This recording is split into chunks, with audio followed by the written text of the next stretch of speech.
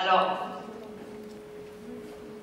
parler du microbiote sans avoir quelqu'un en face de moi, c'est quelque chose de difficile parce que j'aime bien avoir un public, je regarde les yeux des gens, je vois ce qui se passe, je vois leur compréhension. Et là, je suis devant ma boîte. Et d'ailleurs, ça me fait penser qu'on a construit un monde parallèle et on est en train de perdre la notion du temps et on est en train de perdre la notion du corps parce qu'on a créé un corps virtuel. Et je suis effarée de voir tous ces jeux vidéo devant lesquels les jeunes passent des heures, des journées, voire des nuits entières pour tuer le plus de gens possible en un minimum de temps. Et je me demande si ces folles dingues qui se bardent de bombes un vendredi parce qu'on leur a fait promettre que le vendredi ils iraient au paradis et ils auraient plein de vierges et ils en auront encore plus, est-ce qu'on est en train pas de perdre complètement notre notion de réalité? Et ça va m'amener à cette dimension quantique. Alors vous me voyez, moi je ne vous vois pas, mais essayez de fermer les yeux et d'imaginer, je ne sais pas si vous avez chaud dans votre salle, vous avez soif, vous êtes sur une plage, et je vais vous presser un citron, je vais presser un citron dans un verre, je vais même en presser deux. Et je vais vous demander de porter sans eau ce citron à vos lèvres et de le boire. Normalement, tout de suite, vous allez saliver. Oui, que le monde virtuel ou le monde réel, pour notre cerveau, c'est pareil. C'est incroyable. Donc si on a peur de quelque chose, si je pense à café, ou je veux un café, ou je ne veux pas de café, ben, vous voyez du café, que j'en veuille ou que j'en veuille pas. Si je ne veux pas grossir, ben je vois grossir. Pourquoi je vous parle de tout ça? C'est parce que notre microbiote, ce fameux microbiote, je pense qu'il y a beaucoup d'élèves de l'ISUPNAT, donc vous êtes quand même maintenant au courant qu'on a complètement oublié un organe qu'on appelle aujourd'hui le microbiote.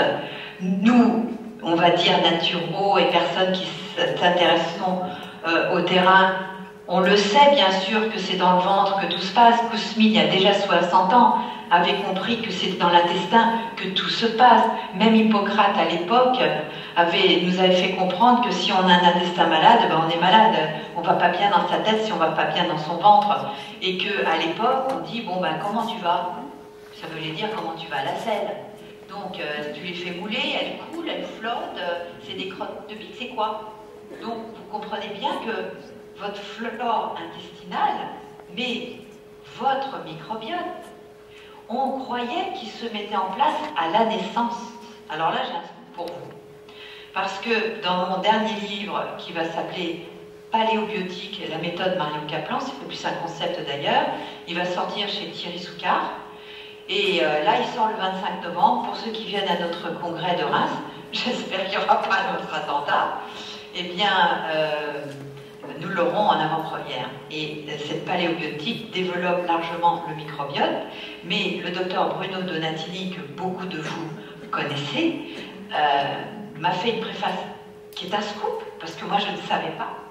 Or, les dernières études, donc c'est des études de Zeng et Cole, enfin j'ai mis les références, constatent que le mauvais état buccal de la maman instaure un microbiote déséquilibré chez l'enfant et retentit sur son poids à la naissance. Une flore altérée favorise également la polykystose ovarienne et l'infertilité. Ça veut dire quoi? Ça veut dire que si la mère a une bouche infestée de bactéries, de microbes, de virus, etc., eh bien la nature refusera de créer une nidation dans son utérus et elle sera stérile tant que sa bouche est pourrie. C'est pour ça que si vous voulez avoir une bonne flore intestinale, ça commence par la bouche. Et si ça commence par la bouche, et que vous avez des plombages, et que vous avez des virus, des bactéries, parce qu'il y a une mauvaise hygiène, parce que vous avez des dents dévitalisées ou des caries que vous n'avez pas vues, et que vous avez aussi une malocclusion, vous savez, cet axe qu'on appelle l'ATM, S'il n'est pas équilibré, c'est-à-dire vos dents du dessus doivent être bien d'équerre avec les dents du haut, elles doivent non seulement avoir un mouvement horizontal, vertical, mais aussi oblique. Donc tous ces mouvements-là, s'ils sont bien faits, eh bien vous allez avoir un microbiote normal. En revanche, si vous avez ce qu'on appelle une malocclusion, vous allez activer la substance P que certains connaissent puisque j'en ai parlé à notre dernière conférence. C'est une substance qui est fabriquée par notre pancréas, qui, quand l'embryon est dans notre utérus, eh bien, cette substance P est une hormone de croissance. Et après, c'est un neuromédiateur chimique. Je tiens ces travaux du docteur Navronki.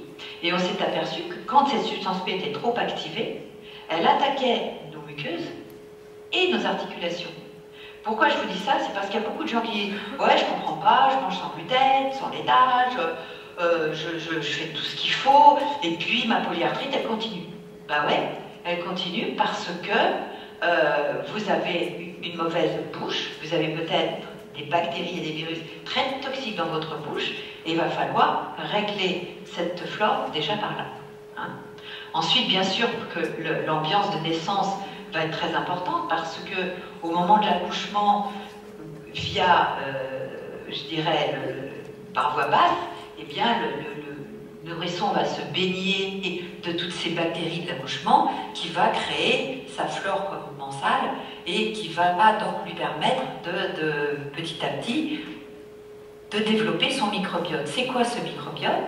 Ce ne sont pas des cellules, c'est toute une communauté de bactéries, mais aussi des virus, mais aussi des parasites. Il y a tout un monde, toute une prairie intérieure qui se forme. Et ce qui va être très important, et je ne l'ai pas eu puisque je suis née par césarienne et j'ai été allaitée au lait de vache, c'est pour ça que j'ai été intolérante très tôt, mais ça je l'ai su que très tard, eh bien, il faut que vous sachiez que les premières gouttes de colostrum sont bourrées d'un petit virus qui est un ami. Je vous invite d'ailleurs à ce propos à lire ma gazette. Je sais que nombreux d'entre vous, vous la lisez. Et ma gazette d'aujourd'hui, elle est justement à propos de ces fameux bactériophages. C'est dommage, j'avais envoyé un PowerPoint, mais je suis sur Mac et ils n'ont pas pu le convertir parce que je vous montrais comment, et on le voit sur ma gazette, qu'est-ce que c'était qu'un bactériophage et comment il arrive à se reproduire. Donc ce bactériophage est un ami, c'est un virus ami, donc un virus c'est 100 fois plus petit qu'une bactérie. Il va se poser sur ce gros boudin qui est la bactérie et il va y insérer son acide nucléique. Et grâce à ça, il va se servir de la façon qu'a la bactérie de se dupliquer pour se dupliquer lui-même. Et on s'aperçoit que pour que ce bactériophage, qui est notre gardien immunitaire, soit en bonne santé et soit actif, car pour être actif, il a besoin de bactéries. Mais s'il y a une inflammation bactérienne, c'est-à-dire trop de bactéries, là, le terrain va être enflammé et cette inflammation va créer de l'acidité. Vous savez très bien, nous les naturopathes, on sait très bien qu'il faut lutter en premier contre l'acidose. Et pour lutter contre l'acidose, il faut supprimer, j'ai même pas dit diminuer, supprimer tous les sucres. Je répète, tous les sucres. Parce qu'aujourd'hui, regardez les aliments qui contiennent du sucre. Il y en a peut-être qui me suivent sur Facebook parce que je balance pas mal d'infos sur mon Facebook, hein, Marion Kaplan, bionutritionniste. Et j'ai balancé un truc j'ai écrit un article pour Clic Bien-être, mais je balance pas mal d'infos. Et quand vous voyez tous les sucres cachés, mais bien sûr le petit morceau de sucre que vous allez peut-être mettre dans votre café, ou oh, la petite pâtisserie avec du sucre complet, du sucre Rapadara, Rapunzel, tout ce que vous voulez, c'est du sucre. Et on le sait que le sucre entraîne une prolifération bactérienne qui va entraîner de l'inflammation, qui va entraîner de l'acidose. Et donc, qu'est-ce qui fait aussi proliférer les bactéries? Ce sont les fruits. Même si vous prenez des fruits bio, tant que vous êtes en état inflammatoire, évitez les fruits, ou prenez-en en petite quantité, et plutôt des petits fruits comme les fraises, les framboises, les cassis, les baies. Évitez la banane tant que vous êtes en acidose. En revanche, le citron a un comportement totalement différent des autres fruits, puisqu'il alcalinise le terrain. D'ailleurs, on le voit quand on appelle ça la luzernière, c'est-à-dire que quand la luzerne, s'il y a trop de bactéries, elle pourrit parce que le terrain est trop acide. Il suffit de mettre un petit peu d'eau bicarbonatée, vous savez, un peu de bicarbonate de soude avec de l'eau, pour rétablir l'équilibre alcalin. C'est très important. Donc, on supprime les sucres, mais vous savez aussi que les céréales, et surtout les céréales raffinées, et les céréales contenant du gluten, contiennent un taux de sucre parfois plus important que le sucre lui-même. Maintenant, on le sait, ce sont des protéines glyquées qui, une fois qu'elles sont dans votre corps, sur vos articulations, sur vos reins, sur vos yeux, votre foie, etc., pour le moment, on ne connaît pas de méthode pour les éliminer. Donc, ce qui est acquis est acquis. C'est pour ça que je vous conseillerais d'éviter totalement les glycotoxines, en évitant les céréales de gluten si vous avez un problème de santé, bien entendu, ou si vos patients présentent une maladie auto-immune ou une maladie inflammatoire, puisqu'on le sait qu'il y a un tronc commun de toutes les maladies, c'est bien sûr l'inflammation, mais aussi l'acidité, donc le stress oxydatif, et le syndrome métabolique qui est en général une conséquence d'être. Donc quand on est en surpoids, on est forcément en inflammation. Et cette graisse sous-cutanée va se transformer en graisse sur le foie, on aura le fameux foie gras, et là on rentre dans un cercle vicieux absolument insupportable. Donc pour qu'un bactériophage, qui est un virus ami, qui va très très vite se différencier et avoir un tropisme particulier, par exemple pour un staphylocoque. Imaginons que vous avez un staphylo qui arrive dans votre flux sanguin, le bactériophage rame dessus, crac, il prolifère, et tout ce qui va être staphylo, il va le bouffer, il va le tuer. Ça, c'est un bactériophage qui fonctionne bien.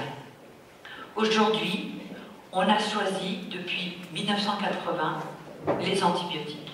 Ok, dans certains cas, ils ont rendu des services parce que les gens, quand il y a une inflammation totalement débordée, ils ont pu rendre des services. Le problème des antibiotiques, d'abord qu'on s'est aperçu, et ça c'est des études qui ont été publiées, que si vous donnez à un nourrisson ou même enceinte, alors évidemment on les évite enceintes, mais dans les trois premières années de la vie d'un nourrisson, eh bien il risque d'être obèse et diabétique plus tard. Donc je ne sais pas s'il y en a qui ont reçu des antibiotiques, moi j'en ai pas mal, et c'est pour ça que je dois avoir une discipline alimentaire drastique. À mes 60 balais aujourd'hui, ménopausée bien entendu, vous le savez, vous les femmes, parce que je suis sûre que je ne suis pas là, mais il y a beaucoup de femmes dans la salle, eh bien, nous avons une chute d'estrogène à partir de la ménopause. Cette chute d'estrogène empêche la vidange de l'estomac, ou en tout cas la ralentit. Et comme notre estomac se vidange moins bien, eh bien, on va créer une prolifération bactérienne. Donc, on va devoir faire du sport pour se mettre en hypoglycémie, ce qui est un des moyens d'éliminer, donc de vidanger son estomac. Mais si ça n'est pas suffisant, des fois, ce qui a été mon cas au début, il a fallu que je prenne du sulfate de magnésium, je dis bien sulfate, pas chlorure, du sulfate de magnésium au coucher pour vidanger l'estomac, pour pas que ça fermente pendant la nuit. Donc après, on retrouve un équilibre. Mais des fois, pour retrouver cet équilibre, et c'est là où dans mon livre La paléobiotique, j'explique qu'il y a 3 phases. Et la première phase, des fois, quand on est tellement... on ne sait pas par quel bout commencer, je conseille de jeûner pendant au moins 5 jours. Parce que si vous jeûnez, vous allez peut-être remettre les pendules à l'heure, et petit à petit, vous serez plus proche de votre corps, et dès que vous allez manger un aliment, vous aurez plus de contact avec votre corps, et vous saurez plus si ça vous fait du bien ou pas. Et donc, je parlais des antibiotiques, et les antibiotiques ont elles ne tuent pas les bactéries, et je tiens ça du docteur Paul Hervé-Riche qui sera à notre congrès la semaine prochaine, qui est monsieur bactériophage, apparemment les antibiotiques ont un effet pilule sur les bactéries, c'est-à-dire qu'elles les empêchent de se reproduire. Alors les empêchant de se reproduire, elles vont assécher le bactériophage qui lui a besoin de bactéries pour revenir à l'alimentation ancestrale. Et croyez-moi, je ne suis pas la seule. Aux États-Unis, ils sont en avance sur les conneries, mais ils sont aussi en avance sur les solutions à leurs conneries. Et donc il y a un gros mouvement paléo qui est en train d'émerger et qui est en train d'arriver petit à petit en France. Moi, j'ai fait on va dire une alimentation paléobiotique justement parce qu'elle va tenir compte du microbiote de chacun. Il faut que vous sachiez que chacun, sur 7 milliards d'individus, nous avons tous un microbiote particulier qui est issu non seulement de tout le transgénérationnel de notre famille, c'est-à-dire la façon dont se sont nourris nos arrière-arrière-grands-parents, nos grands-parents, nos parents, nous-mêmes, etc., va influencer la sensibilité de ce microbiote. C'est pour ça que nous ne sommes pas égaux dès la naissance et qu'il y a des gens qui ont des allergies tout de suite. Il y a des gens qui ont des intolérances tout de suite. Il y a des gens qui naissent cœliaques parce que, déjà dans leur transgénérationnel, il y avait des personnes qui avaient une prédisposition à cause de leur haplotype HLA. Je l'ai développé dans une autre conférence. Je ne sais pas si elle a été enregistrée, mais vous savez que ce sera dans le bouquin de toute façon. Nous avons tous une identité génétique qui nous prédispose et à des maladies, mais aussi à des sensibilités virales, microbiennes et alimentaires. Donc si on ne tient pas compte de ça, parce que finalement, nous n'étions pas encore en guerre, je me demande si on ne va pas partir en guerre, mais jusqu'à maintenant, moi je n'ai pas connu de guerre, je suis née en 56, je n'ai pas connu de guerre. Il y avait la guerre d'Algérie qui était très loin pour moi, parce que c'était pas sur notre pays, sur notre sol, et j'étais trop petite. Donc n'ayant pas vécu de guerre, on a le temps de travailler sur soi. Et surtout, on a développé tellement de machines qui nous permettent d'avoir les mains libres par rapport à faire la vaisselle, à laver le linge, à faire tellement de choses, qu'on devrait se sentir plus libre pour travailler sur soi, pour évoluer, pour grandir. Et nous sommes là, entre autres, pour libérer notre arbre généalogique des casseroles que nos ancêtres n'ont pas su résoudre. D'ailleurs, à ce propos, au congrès, je suis désolée d'assister parce que ce congrès coupe toujours l'apothéose de toutes mes connaissances. Il y aura le docteur Edouard van den Bogart qui va montrer une guérison épigénétique et qui, en travaillant sur l'arbre généalogique d'un gamin qui avait le cerveau 3/4 en bouillie dû à une naissance traumatique, il était donc complètement dans un fauteuil roulant, handicapé, lourd, ne parlant pas, ne marchant pas. Ils ont travaillé sur le transgénérationnel, ils ont travaillé sur l'arbre d'une façon incroyable. Ils en parleront. Il y aura des DVD de toute façon pour ceux qui ne peuvent pas y aller. Et le mec, il marche et il sera là pour nous le montrer avec toutes les photos de l'évolution de sa guérison. Donc c'est une bonne nouvelle. Si on peut libérer notre arbre généalogique avec toutes les casseroles de nos ancêtres et faire la paix avec ça, et comprendre notre microbiote et le respecter. Parce que si vous ne vous respectez pas, personne ne le fera à votre place. Si vous dites « Oh, c'est trop dur, ah, moi le cirage, j'adore ça, ah, moi mon pain et mon fromage, ah bah non, oh, puis mon dessert avec du sucre », croyez-moi, j'ai mis des gourmandises, j'ai mis plein de recettes qui peuvent être des douceurs qui vont vous régaler. Eh bien, vous verrez qu'on peut changer d'alimentation. Mais c'est vrai que ça va vous demander des efforts, et les gros efforts au départ, c'est de changer d'habitude. Et ça, changer d'habitude, c'est vrai que c'est compliqué au départ, mais après, oh, qu'est-ce que vous allez être content. Moi, je vous dis, à 60 ans, j'avais une maladie de Crohn, j'étais bipolaire, j'avais des migraines, j'étais dépressive, j'avais des burn-out, bref, ma vie était un enfer. J'étais constipée, je n'ai plus rien. Mais il suffit que je mange un morceau de pain, j'en ai pour 3 semaines à avoir l'intestin spasmé. Je termine avec un truc. Ma belle-fille, qui s'appelle Marie, qui est intolérante au gluten, et ça fait au moins 15 ans qu'elle n'en mange plus non plus, l'année dernière, j'ai cru qu'elle allait mourir, parce qu'elle avait des régurgitations, elle avait des hoquets, elle ne pouvait plus rien manger, elle était dans un état lamentable, elle avait maigri, etc.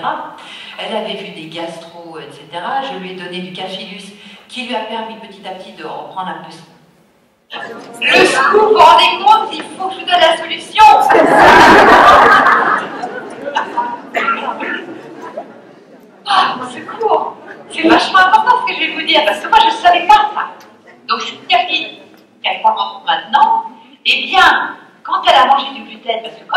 le gluten, vous savez, c'est de la colle. Eh bien, dans son intestin, petit à petit, au fur et à mesure des années, cette colle a créé une espèce de surface qui fait que le tuyau s'est tellement rapetissé, parce qu'elle faisait des crottes de bique pour aller à la selle, qu'elle a été à la limite de l'occlusion intestinale. Donc, ils ont fait l'irrigation colonique plusieurs fois, ce que Kousmine avait toujours dit, parce qu'il y a des colles dans l'intestin. Donc, à la limite, l'irrigation colonique chez les patients, faites-en au moins 3 pour qu'il n'y ait plus de colle dans l'intestin et pour qu'on n'ait pas ce genre de problématique à côté de laquelle on peut passer. Voilà ma conclusion.